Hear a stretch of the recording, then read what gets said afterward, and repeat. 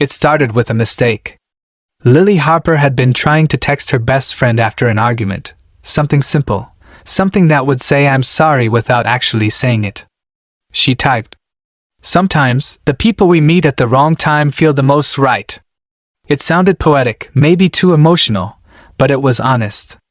She hit send, tossed her phone aside, and sank into her couch, unaware she'd sent it to the wrong number. 5 minutes later, her phone buzzed. "I think this wasn't meant for me, but it's beautiful." Lily frowned, checked the number, and groaned. "Oh, perfect." She typed quickly. "Oh my God, sorry. That message wasn't for you." "No worries," came the reply. "But I liked it." "Did you write it?" For some reason, that made her smile. "Yeah. Just something I thought of."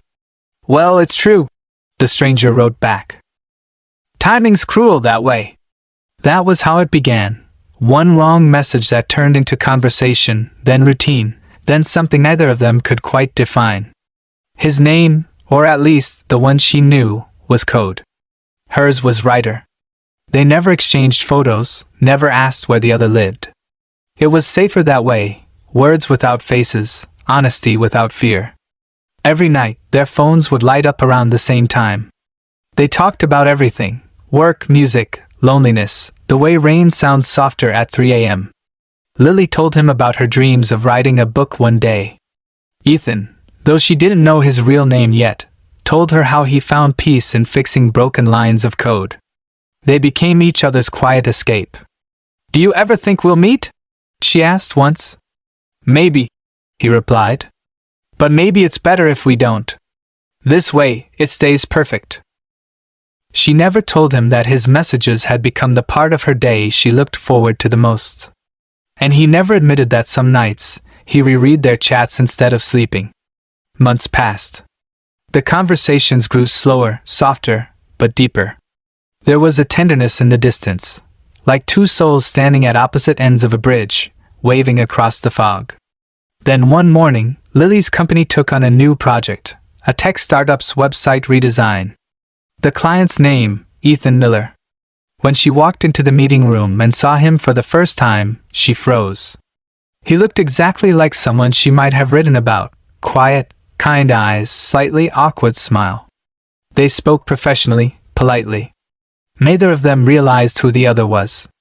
But something felt familiar. The rhythm of his voice, the way he paused before answering, it all tugged at her memory. After the meeting, Lily sat at her desk, staring at his business card. Ethan Miller. The name felt like déjà vu. That night, she opened her phone and reread her messages with Code. The last one he'd sent echoed in her mind. "Maybe it's better if we never meet." And yet, somehow, she had.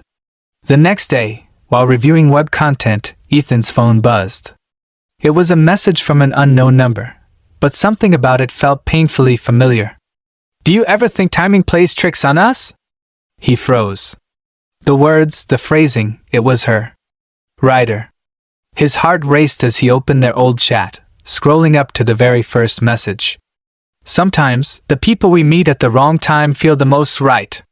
A smile broke across his face. He typed back, "Looks like time's finally catching up." They met at a small cafe after work, the kind with too much light and too little space. When their eyes met, Heather spoke for a few seconds. It felt unreal, like meeting a voice in human form. Lily laughed softly. "So, Code?" Ethan nodded. "Writer." They both smiled, a little nervous, a little amazed. For a while, they just talked, about work, life, and how absurd it was that a wrong message had brought them here. It felt easy, natural, but also fragile, like holding something made of glass. When it was time to leave, Ethan hesitated. "So, what now?" Lily looked down at her coffee, then back at him. Maybe this was all it was meant to be, a message that got lost, but found the right person anyway. He wanted to protest, to ask for more, but something in her tone stopped him. It wasn't sadness. It was peace. They walked out together, the night breeze brushing past.